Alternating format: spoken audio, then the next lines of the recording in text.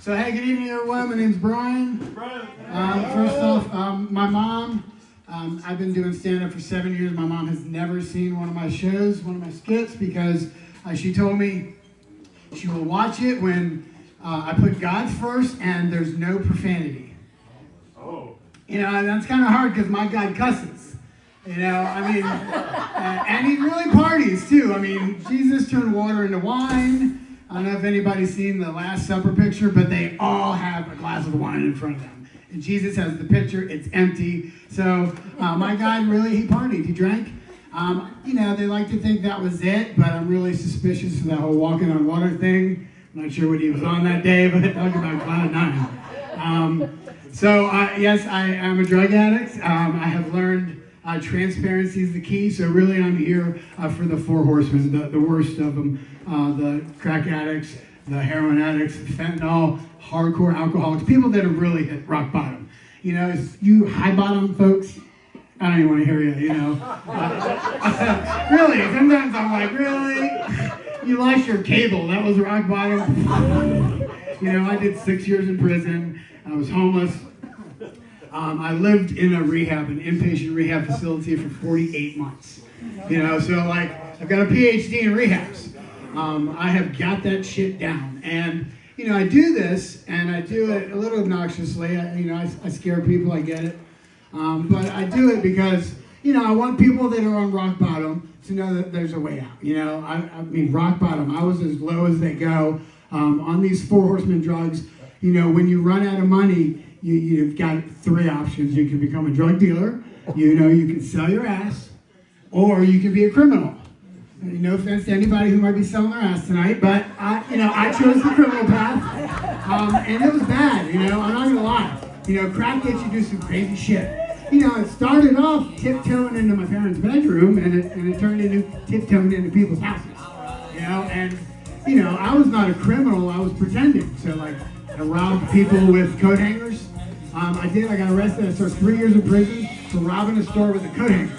I mean, how stupid is that? Like, imagine, what if the guy had a gun? I mean, this was in Florida. People have guns in Florida. There's 4 million carry permits. I mean, how stupid would I have been? You know, with a coat hanger.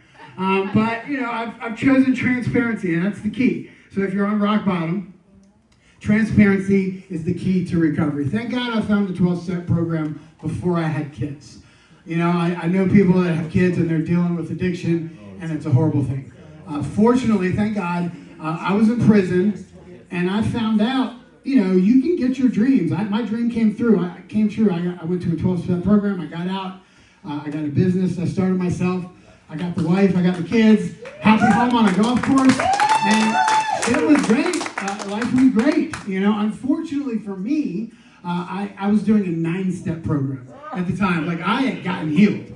I was like, I don't know about those addicts. Really, I don't know why you people can't stop, you know.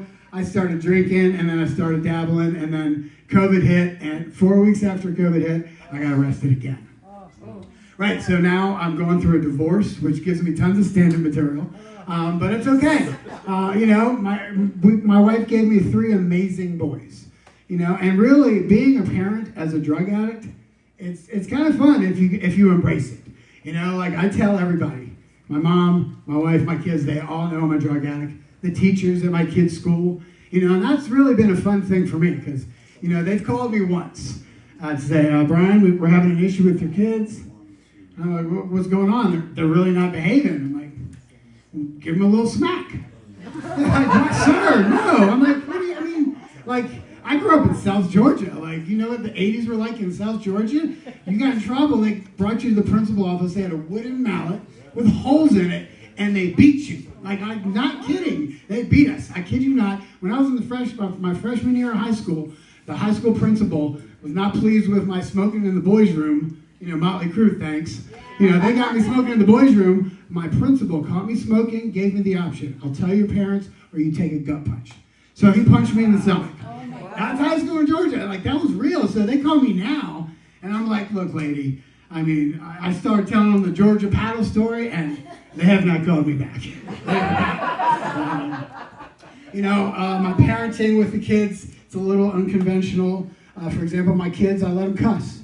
You know, I think the idea of you can't cuss when everybody cusses, like, I don't know if you've gone out in public, people cuss everywhere. Except for my mother, God rest her, I love her. She doesn't cuss. The worst thing I ever heard my mom was say jerk. If she calls you a jerk, you are getting cussed out. Watch out. But I let my kids cuss, right? You know, they can't cuss at school. They can't cuss in front of my mom, God forbid. And they can't cuss in front of other kids' parents. And I gotta say, my kids, they're locked in. You know, I've never heard them cussing in school. Definitely not in front of my mom. But, you know, some days, Saturday morning, my youngest will walk in the kitchen and be like, hey, Dad, where's Mom?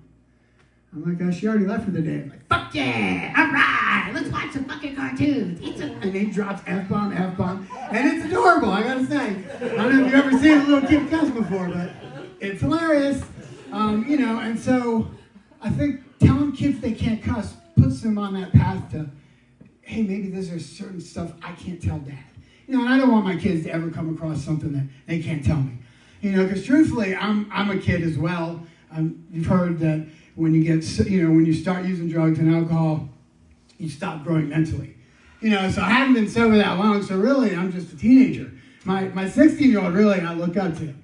He doesn't understand it, but like I feel like he's the parent in the relationship. It's a little weird because he's almost 17 and he hasn't tried to steal my car once. So I'm like, where did I go wrong? Gosh. He did get caught with alcohol at homecoming, so I was proud. He called me a little early. What are you doing? And of course I was embarrassed because I obviously didn't teach him to pregame. He was drinking shots in the bathroom. So, you know, it's hard for me to get mad at him. You know, he knows about the prison. You know, he knows all my stories. So, you know, what he doesn't know is how proud I am, and I look up to him. The other two, not so easy. They're 9 and 10. But you know what? I took my 9-year-old to an AA meeting last week.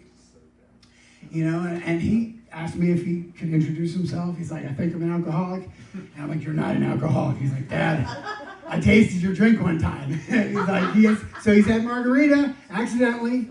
But, you know, my parents thought telling me secrets and pretending like there's no alcohol and drugs in the world was the way to go. You know, and they did their best. That's what they taught people back in the 50s. You know, it was the silent generation. You know, my kids know it all. You know, I feel like the secret, as soon as I start telling anybody secrets, you know, then I'm going to start believing the secret. You know, and I can't believe that shit because I'm not going back to prison. And so if you're in that drug and alcohol phase or you know somebody, you know, come on out of the closet, you know. Recovery is a great place to be. There's some superheroes in recovery. And, you know, Superman was a superhero. That's another subject, but that's my time. Anyway, my name is Brian. Thank you guys.